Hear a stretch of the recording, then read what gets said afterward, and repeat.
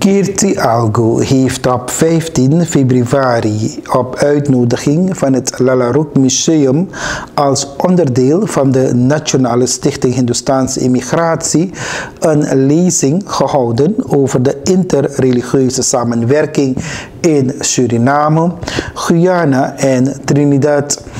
Het is een vervolgstudie naar aanleiding van haar proefschrift over reacties van Hindoes en moslim op de christelijke dominantie in Suriname en Guyana in de periode van 1950 tot 2014. Zij promoveerde in april 2017 op dit onderwerp tot doctor in de maatschappijwetenschappen. We brengen u uit een deel van deze lezing van Kirtie Algoe. Het onderzoek gaat over Suriname, Guyana en Trinidad en is eigenlijk een optelsom van 3 afstudeerprojecten. Het eerste afstudeerproject ging over de invoering van de eerste niet-christelijke feestdagen als nationale feestdagen in Suriname. En dat zijn dus Phagwa en Fitr. Dat was dus mijn bachelorsproject, bachelorscriptie.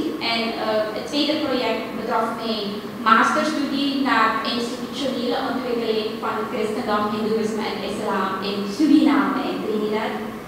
En de heksluiter was dus mijn promotieonderzoek naar reacties van hindoes en moslims op christelijke dominantie in Suriname en Guyana. U ziet het al aan de titel, dus dat eigenlijk de religie steeds weer is teruggekomen. En dat eigenlijk de vergelijking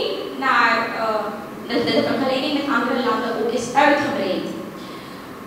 Wat maakt deze studies zo apart? Het is heel simpel. Wanneer we vandaag opstaan, dan staan we op met het gevoel van oké, ik ga naar buiten, ik hoef niet bang te zijn dat er een bom op mij komt. Of ik loop en iemand knapt me neer. Of ik ga naar de mensen die het geloof of religie beleiden. Dat ze gaan naar een kerk of naar de moskee of naar de tempel of naar een ander gebedshuis. En ze gaan van eigenlijk moet ik bang zijn.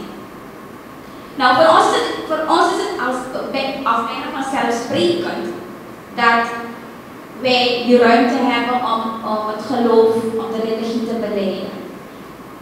En binnen het religieuze landschap, en dan ga ik niet van sprong maken naar de wereld, zijn er 3 grootste groepen, 3 officiële religieuze groepen. Dat zijn dus de christenen, hindoes en moslims. Dat ziet u dus.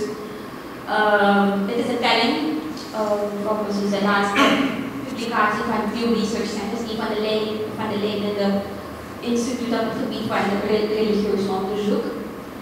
En dit verhaal maakt het een beetje interessant, academisch gezien. We hebben gepraat over de grootste religieuze groepen. Kijken we dus naar de verhoudingen tussen deze 3 religieuze groepen in de 20e eeuw, dan is het geen rooskleurig beeldje. Volgens een analyse van zeker meneer Regler waren er 24 zwaar gewapende religieuze conflicten in de hele wereld. En van die 24 betrof 90% of zelfs meer dan dat conflicten tussen christenen, hindoes en of moslims. Het punt is dat deze conflicten zich voltrokken in gebieden buiten het Caribisch gebied, veelal buiten het Caribisch gebied. Je kunt je dan afvragen van, maar waarom niet het Caribisch gebied, waar je dus ook wel grote aantallen van christenen, hindoes en moslims hebt? Het is het plaatje van de 20e eeuw. In de 20e eeuw. Ik heb wat cijfermateriaal verzameld. En het blijkt dus dat uit een studie naar 198 landen het Caribisch gebied vrij goed scoort in vergelijking met andere delen van de wereld als het gaat om dus de relatie tussen overheid en religieuze groepen, maar ook de relaties tussen religieuze groepen. Government restrictions, dus wat doet de overheid als het gaat om religieuze vrijheid? En tweede, is er sprake van een bepaalde vijandige houding tussen religieuze groepen. Dit plaatje maakt het duidelijk. Ik heb 2 vragen uit dus het onderzoeksrapport gelist. En 2 vragen waren, was er sprake van violence, dus geweld tussen religieuze groepen? Was er sprake van gewapend conflict? En op beide vragen was dus de score voor alle 3 landen tussen 2007 en 2016, circa 10 jaar. Nee. Nou, dit zijn harde cijfers die aantonen dat het Caribisch gebied, en met name dus de 3 landen waar je dus het grootste aantal christenen, hindoes en moslims hebt, in een vrij gunstige positie zitten. En hier ziet u dus een breakdown van de demografische verhoudingen. Suriname is het kleinste land, 500.000, Guyana 700 en Trinidad het grootste.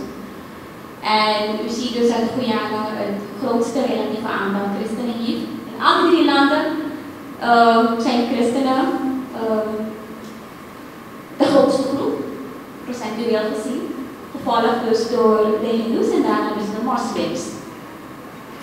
Nou, ik wil uw aandacht vestigen op 1 punt.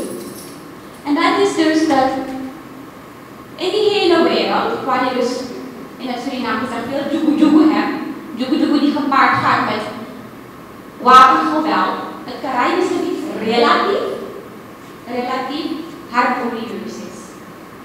En wat doen wij met dit gegeven? Nemen we het serieus? Or is it just taken for granted? In mijn speurtocht naar antwoorden, en ik vertel over de identiteitscrisis, ik stelde alles ter discussie, vroeg ik me af of het allemaal wel zo natuurlijk was. Nou, het is allemaal niet zo natuurlijk als je gaat kijken dus naar de discussies op internationaal niveau. Waar men eigenlijk ontzettend veel geld pompt in allerlei dure onderzoekingen. Maar eigenlijk een klein gebied in de wereld, het Caribisch gebied, volledig gedeeltelijk negeert. Terwijl wij best wel wat te zeggen hebben. We hebben wat te zeggen. Maar wij doen niet mee in die hele internationale discussie. Ik heb dus dit opgepakt en ik zeg van, ik wil tenminste bijdragen aan die discussie. En ik wil kijken hoe ver we kunnen komen met onze eigen resources. Nou, in termen van methodologie, je onderzoekstermen binnen de wetenschap, zegt men van, wil je een bepaalde samenleving begrijpen, dan kun je die samenleving op zich bestuderen. Maar je kan ook ervoor zorgen dus dat je meerdere samenlevingen gaat bestuderen die erop lijken. Of je gaat ze vergelijken op bepaalde gronden. Vergelijkende analyses hebben het voordeel dat datgene wat je in eerste instantie denkt, dat jouw onderzoeksvraag kan helpen verklaren, dat op een gegeven moment bij die vergelijking blijkt dat het iets anders is. Dus wat in jouw samenleving, stel dat in jouw samenleving die pen de verklaring is voor het feit dat ik 2 papiertjes hier heb. Als er een tweede tafel komt met nog een pen en een stapel en een derde tafel met nog een paar pennen enzovoort, dan is de kracht van deze pen binnen deze context het vervaagt. En ik begin deze pen te begrijpen in relatie tot die andere tafels. Zo moet je onderzoek zien. Hoe meer je dus de discussie kunt uitbreiden op basis van dus duidelijke spelregels binnen die onderzoekswereld, des te scherper jouw inzicht over die pen, over dit papier, over dit deel van het vlak wordt.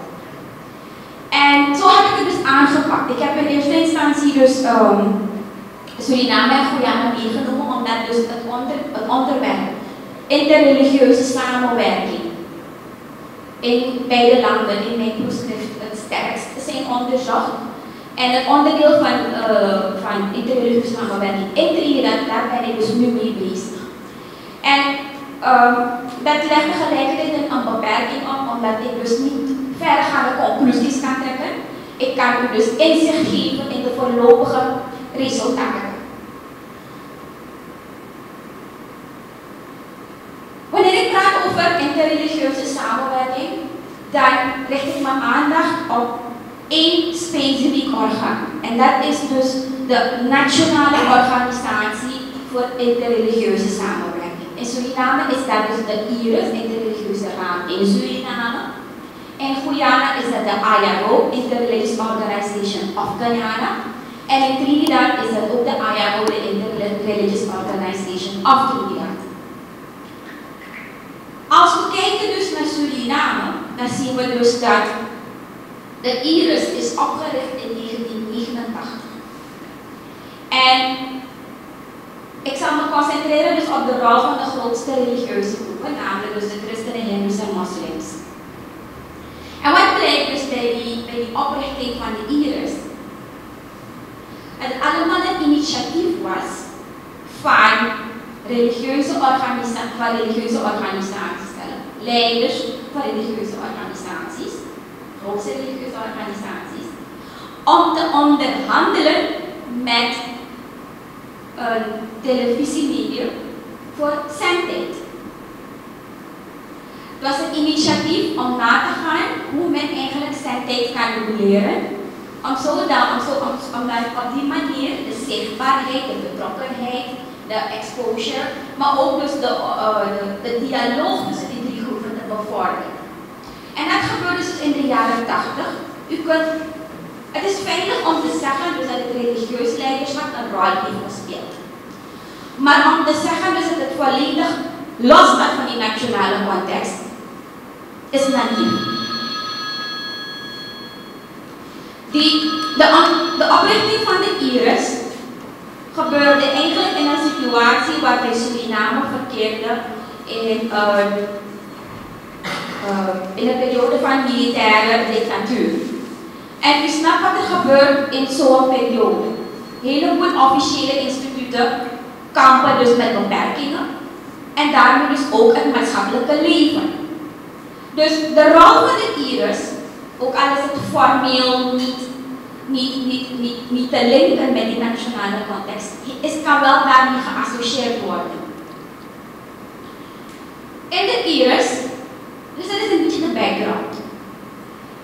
In de IRIS, als we kijken dus naar de drie grootste religieuze groepen, dan zien we dus dat er een vertegenwoordiging is van de christenen, met name dus de traditionele christenen. We hebben dus de hindoes, de twee grootste denominaties of de stromingen. Bij de moslims, voornamelijk dus de hindoestanen en de Ahmadiyya's. En de Japanse moslims, zowel dus de Oost- als Westbidders. En u ziet hier dus dat er een bepaalde diversiteit aanwezig is. Een diversiteit die ook in de Surinaamse samenleving terug te vinden is. Wat is nou de kracht geweest van de IRIS? Want daar gaat mijn praatje nu over. De IRIS, uit mijn studie blijkt dus dat het op een aantal momenten een grote bijdrage heeft geleverd aan het stimuleren van dus de dialoog op officieel vlak, op nationaal vlak en op officieel vlak. En een van de meest markante momenten was in 2002, toen Goede Vrijdag en Pagwa samenvielen. De IRIS werd toen voorgezeten door wijlen Nico Waagmeester en ik kwam dit tegen. Geen scherpe foto, maar in dit artikel riep meneer Waagmeester de samenleving op om eigenlijk de solidariteit aan de dag te leggen. Dit is het bericht in de kranten. Ik heb gepraat dus met andere personen binnen dus de christelijke gemeenschap, traditionele christelijke gemeenschap. En ik vroeg van wat speelde er rond die ding. En een van de leukste quotes citaten was dus: wat je zag in die praktijk is dat wanneer men dus, we weten Hawaiians is men het feest vrij uitbundig. En muziek, men rijdt rond in pick-ups, we smurren elkaar met poeder en water. Nou. Wanneer men dus de kerk passeerde, hield men zich rustig. En dat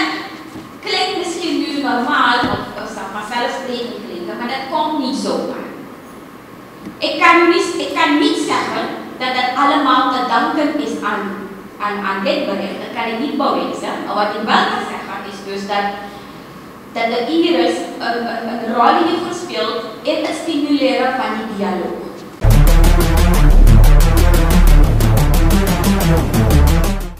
En dit was TBN Prime Alert van maandag 18 februari 2019. Heeft u nieuws, dan kunt u bellen, sms'en en of appen op het telefoonnummer 87-4x93. Nogmaals, 87-4x93. E-mailen kan naar tbnprimealert@gmail.com. Bedankt voor het willen kijken en graag tot morgen.